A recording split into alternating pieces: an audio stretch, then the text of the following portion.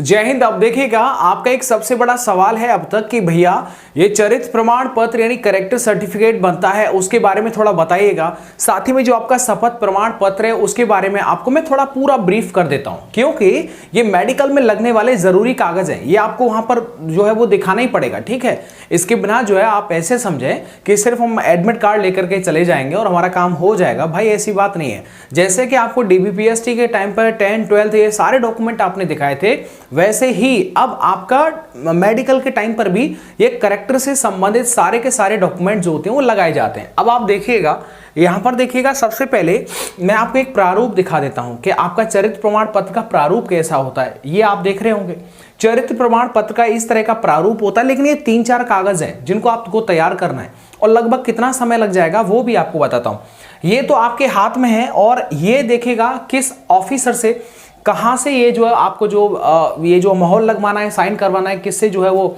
हस्ताक्षर करवाने हैं, वो भी मैं आपको बताता हूं। यहां पर देखिएगा कि यह प्रमाणित किया जाता है कि श्री, श्रीमती या फिर कुमारी, इनके पुत्र, पत्नी या फिर पुत्री किसके, जैसे मान लीजिएगा मैं यहां पर लिख देता हूं, जैसे मोहित, क्या एक लड़का है मोहित, ठीक है, या फिर लड़की है अंजलि। ठीक है, अगर लड़का है तो श्री पर टिक कर दीजिएगा, अगर लड़की है तो श्रीमती पर, अगर शादी हो गई है तो, अगर कुंवारी है तो फिर कुमारी लगा दीजिएगा। ओके, आगे देखिएगा, इनके पिता का नाम सपोज करिएगा कि रामचंद्र, ये इनके पिता का नाम है तो पुत्र हो गई है। ठीक है, या फिर अगर ये पत्नी है तो वो अपने हस्बैंड का नाम डाल देंगी। ठीक है, अगर कुंवारी है तो अपने पिताजी का नाम डाल देंगे, ये वाली बात है। तो ये फॉर्म हो गया। इसके बाद में आपका जो एड्रेस है, आप कहां पर रहते हैं, मान लीजिएगा आप सहारनपुर में रहते हैं तो सहारनपुर का पूरा एड्रेस आपको डाल दीजिएगा। ठीक है, 24/7001। ओके, इसके बाद में आगे को जन्म से वर्षों से व्यक्तिगत रूप से जानता हूं, इसका मतलब है कि मान लीजिएगा कि 2 सालों से 3 सालों से वो आप डलवा दीजिएगा। मेरी जानकारी में इनका चरित्र उत्तम है और ये मेरे संबंधी नहीं है, क्योंकि चरित्र प्रमाण पत्र जो होता है वो अपने संबंधियों से नहीं बनवाया जाता है, वो तो आपको हमेशा अच्छा ही रिपोर्ट देंगे, इसलिए अन्य से बनवाया जाता है। आगे देख लीजिएगा किस तारीख को ये आप चरित्र प्रमाण पत्र बनवा रहे हैं। मान लीजिएगा आपने ये जो बनवाया ये 15 मार्च 2025 को जो आपने तैयार करवा लिया। इसके बाद में वो यहाँ पर सिग्नेचर करेंगे और सिग्नेचर करने के बाद में उनका वो नाम लिखेंगे। इसके बाद में वो अपने कार्यालय की मोहर लगाएंगे और तारीख डाल देंगे। Is that clear? कोई डाउट तो नहीं? तो इस तरह का प्रमाण पत्र जो वो बन जाएगा। अब लेकिन ये आपको कहां से वेरीफाई करवाना है, कहां से हस्ताक्षर करवाना है?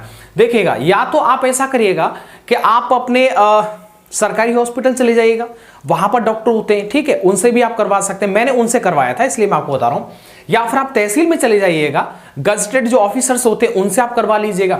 ठीक है, ब्लॉक में चले जाइएगा, वहां से करवा लीजिएगा, आराम से बन जाते हैं, इनमें कोई दिक्कत वाली बात नहीं होती है। ठीक है, हर कोई जानता है कि सर देखो मेरा मेडिकल है और मैंने एग्जाम एंड क्वालिफाई, रनिंग भी क्वालिफाई कर लिया है, मेरा लास्ट स्टेज है और मुझे चरित्र प्रमाण पत्र की जरूरत पड़ रही है, क्योंकि हर भर्ती में हर जो सरकारी नौकर होता है भाई उसके लिए ये जरूरी है, तो वो भी समझते हैं, तो इसमें दिक्कत ज्यादा नहीं आती है। ओके, आगे देख लीजिएगा, एक और चीज देखिएगा, यह है कि इसके साथ में ग्राम प्रधान के द्वारा भी चरित्र प्रमाण पत्र जो होता है उसके लेटर पैड पर जो होता है वो लिखा जाता है। ठीक है, उसके बाद में ग्राम प्रधान के मोहर साइन होता है। 2 स्थिति हो सकती है, एक ये हो सकता है कि ग्राम प्रधान आपके फेवर में ना हो सकता है कि आपके वो अगेंस्ट हो, आपके खिलाफ हो। तो ऐसे में अगर खिलाफ है तो फिर वो क्यों बनाएगा? देखिएगा, मैं आपको बता दूं, ग्राम प्रधान जो होते हैं ना, भले ही आपका अंगेस्ट हो, लेकिन मुझे ऐसा लगता है कि चरित्र प्रमाण के संबंध में, नौकरी के संबंध में वो कभी भी भेदभाव नहीं करते, करना भी नहीं चाहिए यार, क्योंकि ग्राम प्रधान सिर्फ एक पार्टी के सपोर्ट से कभी प्रधान नहीं बनता है। ठीक है, आखिर है तो उसी गांव के निवासी, भले ही वोट न दिया वो अलग चीज है, लेकिन आखिर है तो आपके ही गांव के बच्चे, तो इसीलिए अगर नाम होगा तो आपका भी नाम आएगा हमेशा। तो इसीलिए मैं कहता हूं ग्राम प्रधान के द्वारा ज्यादा दिक्कत। लेकिन आप कहेंगे भैया वो बना ही नहीं रहे, वो हमसे इतने नाराज हैं, हमारी एकदम खिलाफ पार्टी में चल रहे हैं, तो वो नहीं बना रहे, तो क्या होगा? तो कोई बात नहीं, आप ऐसा करना, तहसील जाना, एक एफिडेविट बनवा लेना। ठीक है, उसमें गांव के जो आपके परिवार में ना हो, बाकी अन्य व्यक्ति हो, उनके नाम, हस्ताक्षर और डेट डलवा देना, बस एक फॉर्मेलिटी के लिए होता है। अगर ये नहीं बना रहे हैं तो कोई बात नहीं है। ठीक है, एफिडेविट, और उसमें जो है वो एफिडेविट तहसील में जाओ, भैया चरित्र प्रमाण पत्र का एक जो है वो फॉर्मेट तैयार कर दो हमारे लिए। ठीक है, हमारे गांव के जो 8-10 लोग हैं उनसे हमें इसको जो अपने चरित्र को जो वेरीफाई करवाना है तो वो हो जाएगा, नो दिक्कत, कोई दिक्कत नहीं है। स्कूल का प्रमाण पत्र भी जरूरत होता है, ठीक है। आपने जहां से 12th किया है, वहां पर जहां से आपने 10th किया है, वहां से भी बनवा लीजिएगा। वहां पर देखिएगा ज्यादा दिक्कत नहीं होता है। ज्यादातर तो जब आप अपना मार्कशीट वगैरह लेके आते हैं तभी वो चरित्र प्रमाण पत्र दे देते हैं आपको। अगर वो भी खो गया है, नहीं है, तो भी कोई दिक्कत नहीं है। यहां प्रदान वाली सिचुएशन नहीं आएगी कि स्कूल मास्टर जो है वो आपके खिलाफ हो। भाई अध्यापक जो होते हैं, टीचर जो होते हैं, गुरु जो होते हैं, वो अपने बच्चे के हमेशा फेवर में होते हैं, ठीक है। उनका किसी से कोई दुश्मनी नहीं होता है, इसलिए स्कूल से आसानी से बन जाएगा।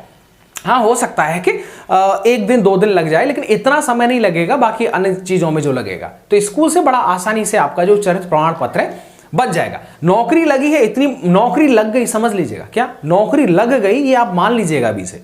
और ऐसे में आप जाएंगे स्कूल, सीधे सीधे गुरुजनों के लिए एक मिठाई का डिब्बा लेके जाइएगा। इतना तो बनता है भाई प्रसाद के रूप में, सर ये मिठाई है, मेरा मेडिकल है, और ऐसे ऐसे आप मेरा चरित्र प्रमाण पत्र जो बनाने की कृपा करें। एप्लीकेशन दीजिएगा, हाथों हाथ बन जाएगा। ओके, वो जरूरी है, वो बनवाना है आपको। इसके बाद में कितना एक्चुअल में होता है ना कि आपने 12th कहीं से पढ़ाई किया है, आपने 12th कहीं और से पढ़ाई किया है, चरित्र प्रमाण पत्र स्कूल से बड़ा जरूरी है। क्योंकि पुलिस वेरिफिकेशन में भी जब आपका ज्वाइनिंग हो जाता है ना, तो उसके बाद में भी पुलिस वेरिफिकेशन LI की जांच होती है, जो कि 12th से संबंधित होती है, क्योंकि ये भर्ती 12th के बेस पर है, इसीलिए वहां पर भी जांच जाएगी। और अब ऑलरेडी आप जो वहां से बात करके आए हैं, आप अपने चरित्र प्रमाण पत्र लेके आए हैं, तो वहां की रिपोर्ट भी एकदम ओके जाती है, कोई दिक्कत नहीं होती है, तो इसलिए वो भी जरूरी है। अच्छा, कितना समय लग जाता है सर जी इन कागजों को तैयार करने में? अब देखो, स्कूल का मान लीजिएगा 2 दिन आपका स्कूल का, हो सकता है कि आपने पढ़ाई की हो सहारनपुर में और आप जो है वर्तमान में आगरा में रह रहे हो। बोलो यस और नो। आपने मान लीजिए आप यूपी से हैं, आपने पढ़ाई किया देहरादून से, आपने पढ़ाई किया राजस्थान से, सीकर से, झुंझुनू से, कोटा से पढ़ाई किया, भरतपुर से संत कृपाल सीनियर सेकेंडरी स्कूल से पढ़ाई किया। अब ऐसे में दूरी डिस्टेंस ज्यादा है, जाइए बनवा लीजिएगा। ओके, इसके बाद देखिएगा तो समय इसमें 2 से 3 दिन में आप अपने कागज को तैयार करवा सकते हैं। अच्छा, एक और चीज देखिएगा, ये तो सब हो गया। इसके बाद में शपथ प्रमाण पत्र जो होता है वो सर जी क्या होता है? भैया, सर जी वर्जी मत कहो, भैया कहो तो वो ज्यादा बेहतर है। अब देखिएगा, शपथ प्रमाण पत्र का जो प्रारूप है वो आपको मिल जाएगा। जब आपका एडमिट कार्ड आएगा ना, उस टाइम पर भी जो है PDF फॉर्मेट में शपथ प्रमाण पत्र का एक प्रारूप आएगा।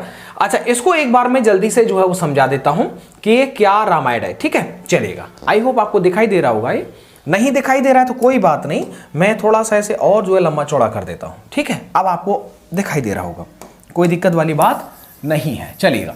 अब इसमें क्या लिखा हुआ है, मेन चीज, इसको बड़ा ध्यान से जो आपको फिल करना है, गलती मत करना। देखो यहां पर अपना वही नाम क्या है, उम्र क्या है, मम्मी पापा का नाम, एड्रेस क्या है, आपका पिन कोड क्या है, आपका जो ब्लॉक है वो क्या है, थाना, तहसील, जिला। ओके, ये आपका पूरा जो एड्रेस है जो आपकी सर्विस बुक में चढ़ेगा, ये एड्रेस आपकी सर्विस बुक में लगेगा, इसीलिए इसको आप ध्यान से डालिएगा। इसके बाद में देख लीजिएगा कि मैं अपना नाम लिख दीजिएगा, उपयुक्त शपथ पूर्वक निम्नलिखित बयान करती हूं। ये आपके बयान है, क्या ये आपके बयान है कि नौकरी लगने से पहले ये आपने बयान दिए हैं लिखित में। अगर इन बयानों में आपने फर्जीवाड़ा कर दिया तो समझ लेना आपकी नौकरी भी चली जाएगी और जांच अलग होगी भाई साहब। इसके बाद में आप 420 के केस में जेल में आ जाएंगे। इसलिए मैं आपसे बोल रहा हूं, इनको आप ध्यान से, इनमें कई सारी चीजें होंगी जो आप बार बार पूछते हैं, कमेंट करते हैं, उनका मैं आपको रिप्लाई देता हूं। देखिएगा, ये बोल रहे हैं कि मैं उत्तर प्रदेश सरकार के पुलिस विभाग के आरक्षी नागरिक पुलिस के पद पर नियुक्त हेतु जिला से एक अभ्यर्थी हूं, और किस जिले से, मान लीजिए आप सहारनपुर से हैं, ठीक है, सहारनपुर से हैं। मेरा रोल नंबर यह है कि मेरे विरुद्ध कोई आपराधिक मुकदमा मामला मेरी जानकारी में कभी जो है वो FIR लॉज नहीं हुई है थाने में, और न ही कोई पुलिस विवेचना मतलब इन्वेस्टिगेशन लंबित है, ना ही मेरे विरुद्ध कोई आपराधिक अभियोग न्यायालय में विचाराधीन है। मतलब ये हुआ, ये पुलिस से संबंधित है कि आपका जो रिकॉर्ड है वो आप यहां पर बयान दे रहे हैं, क्योंकि पुलिस की भी जांच होती है, वहां पर आप पकड़े जाएंगे। अब 2 चीजें देखिएगा, आपने कहा भैया कभी हमारा कोई मुकदमा हो गया था, इसीलिए बोलते हैं कि जब भी कभी भर्ती नौकरी वोकरी की बात आ जाए तो गांव से दूर रहो, ठीक है, लड़ाई झगड़े से दूर रहो, समझ रहे हो ना। इसीलिए गांव वाले माँ बाप आपके बोलते हैं, इसीलिए आपको ज्यादातर वो गांव में नहीं टिकने देते हैं। कोई ना कोई विपक्षी जो होता है, अब देखो पूरा गांव तो खुश नहीं होगा ना आपकी नौकरी से, कुछ ना कुछ ऐसे जरूर होंगे जो एकदम आपसे जलते होंगे, आपके माँ बाप से, आपकी उन्नति से जलते होंगे, ठीक है ना। कि देखो खाने के लिए कुछ नहीं, एकदम भिखारी टाइप का आदमी, कोई खेत वेत नहीं है, और देखो यार लड़का नौकरी में लग गया, ठीक है ना, इसके बाप की तो कोई वैल्यू नहीं है, देखो लड़का नौकरी में लग गया। भाई कम से कम 20% लोग ऐसे होते हैं जो आपके फेवर में कभी नहीं हो सकते, भले ही आप उन्हें भंडारा क्यों ना दे दो। तो ऐसी स्थिति में अगर कोई मुकदमा पेंडिंग है, कभी हो गया होगा मुकदमा पेंडिंग है, इसीलिए उसे राजीनामा करके मैटर को खत्म करा दीजिए, और न्यायालय जो होता है वो आपके लिए एक रिपोर्ट प्रेषित कर देगा, पुलिस के लिए और आपको भी कॉपी देगा उसका कि इनका अगर कोई बात है तो वो पूर्ण रूप से उसका निस्तारण हो गया है, ठीक है। तो कोर्ट के द्वारा जो है वो आपको प्रूफ के साथ में बताया जाएगा कि आप पर जो लगाया हुआ मुकदमा था उसमें आपको क्या किया गया है, दोष सिद्ध किया गया है। अगर दोष सिद्ध हो गए यानी कि आप कन्विक्टेड हैं, फिर आपकी नौकरी नहीं लग सकती, ठीक है। निर्दोष साबित होते हैं, कोई भी चार्जेस जितने भी लगे हुए वो सबके सब हट जाते हैं, वो न्यायालय का काम है। तो ऐसे में माननीय न्यायालय के द्वारा दिए गए प्रूफ को आप आधार बना करके ये सारी बातों को रख सकते हैं। ओके, आगे देखिएगा, अगर आपने अपने ये सारी चीजें छुपाई शपथ पत्र में कि मेरे पर पहले कोई मुकदमा हुआ था, अभी वो चल ही रहा है, आपने लिख दिया कोई मुकदमा नहीं चल रहा है, तो जांच होगी, आप फंस जाएंगे 420 में भाई साहब, नौकरी तो जाएगी, 100% जाएगी। आगे देख लीजिएगा, अब मुझे किसी आपराधिक अभियोग में किसी सक्षम दंडित न्यायालय द्वारा सिद्ध दोष यानी कन्विक्शन नहीं किया गया, ठीक है। तो कन्विक्शन नहीं है मतलब कन्विक्टेड नहीं है, दोषी नहीं पाया गया है, तो कोई बात नहीं। अगर भाई दोषी पाए जाते तो सीधे आप जेल में होते ना, घर क्यों होते बताइएगा। जो दोष होते हैं, कन्विक्टेड प्रिजनर होते हैं, कन्विक्टेड अगर किसी केस में हो जाते हैं तो वो जेल जाते हैं सीधे के सीधे। ओके, आगे देखो, मैं किसी राष्ट्र विरोधी राजनीतिक पार्टी का किसी भी सदस्य नहीं हूं, आप किसी पार्टी से संबंध नहीं रखते हैं। ओके, आगे देखिएगा, कभी भी किसी राष्ट्र विरोधी गतिविधि में मैं शामिल नहीं रहा और मुझे कभी भी किसी आपराधिक मामले में गिरफ्तार नहीं किया गया है, किसी आपराधिक मामले में पुलिस ने चालान नहीं किया है, जैसे कि एफआईआर वगैरह होती है।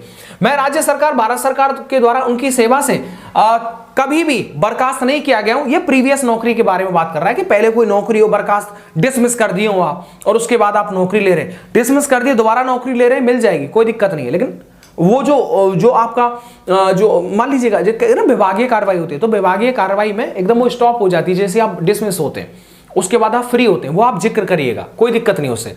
आवेदन पत्र में उल्लेखित यह कि कोई बात गलत पाई जाए या किसी सत्य को छिपाया गया तो मुझे पुलिस आरक्षी के कोर्स में सम्मिलित नहीं होने दिया जाएगा, कोर्स से निकाल दिया जाएगा, विधिक दंड दिया जाएगा। ओके, यानी आप बोल रहे हैं मेरे द्वारा दी गई जानकारी गलत पाई जाती है तो मुझे जो है वो दंडित किया जाए। मैंने कभी भी किसी भी विध्वंसक कार्य में भाग नहीं लिया। आपराधिक मामले जो मेरे विरुद्ध पंजीकृत हुआ है, जिनमें मेरा चालान किया गया है, मतलब जेल गए हैं, जो मेरे विरुद्ध विचाराधीन अथवा दोष मुक्त किया गया, उनका विवरण, मतलब आप अपने केस के बारे में पूरा डिटेल यहां पर भर दीजिएगा, ठीक है। आगे देख लीजिएगा, मेरे द्वारा शैक्षिक योग्यता अन्य प्रमाण पत्र जो OMR आवेदन पत्र के साथ प्रस्तुत किए गए हैं वो सब पे, मतलब सारे डॉक्यूमेंट मेरे ओरिजिनल हैं। और यहाँ लिखा हुआ आप शादीशुदा हैं या फिर अनमैरिड है कि मैरिड हैं, विवाहित हूँ, एक ही जीवित आपकी पत्नी है, एक या दो, वो सारी चीजें लिखनी होती है। मैं शादीशुदा हूँ, एक से अधिक मेरी जो है वो पत्नियां हैं, ये भी लिखना होता है। यदि इस शपथ पत्र में, घोषणा पत्र में अंकित तथ्य भविष्य में किसी भी प्रकार में अगर गलत पाए जाते हैं तो कानूनी प्रक्रिया मेरे अमल में लाई जाए। बात समझ में आ गया, मतलब कार्रवाई की जाएगी।